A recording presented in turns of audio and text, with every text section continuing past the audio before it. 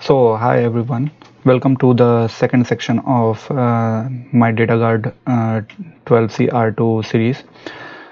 Today we will be going through the complete architecture of what is the Dataguard architecture I will be using.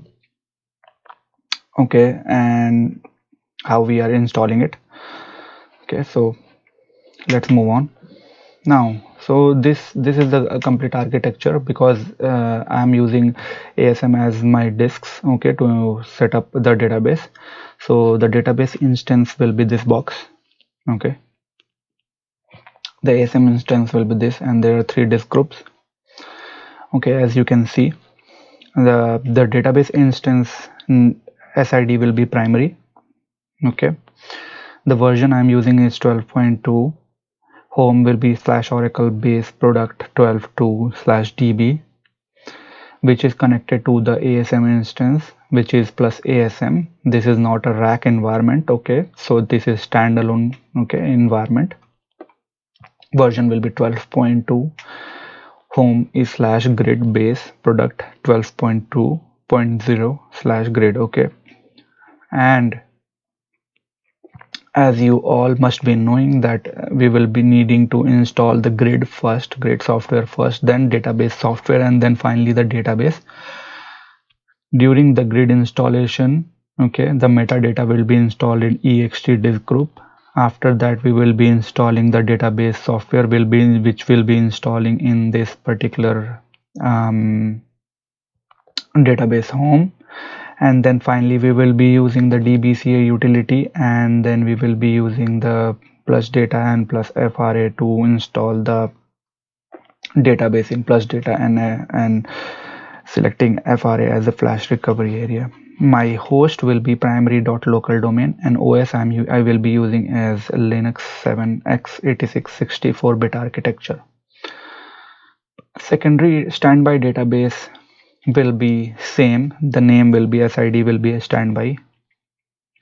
The home will be same. I do not want to play around with the name, otherwise I have to configure the db create sorry, I have to change the names of the path while transferring, or you can call it during the arm duplication, right? I will have to change the path, right?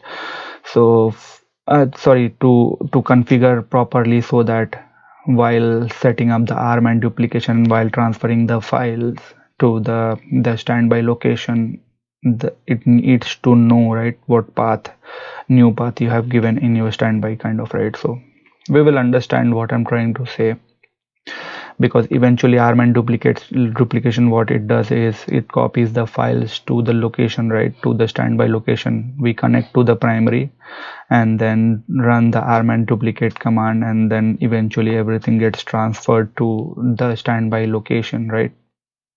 The backup is taken and everything is transferred to the standby location. During the transferring, Oracle wants to know which path you will be using to store, right,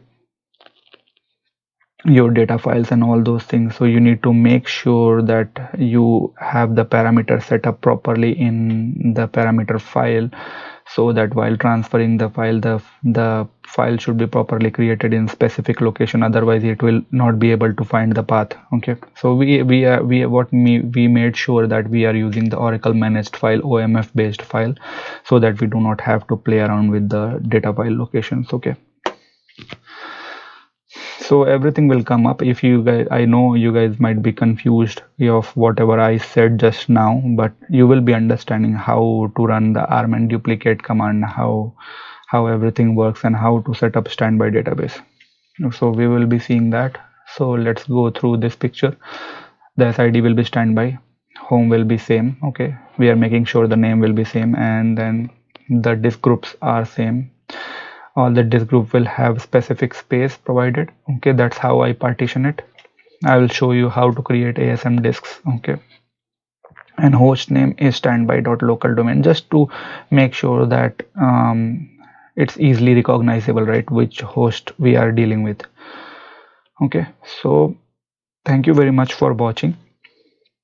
Now we will go through the theory sections, and then eventually we will be going through the installation sections. Okay. Okay, thanks.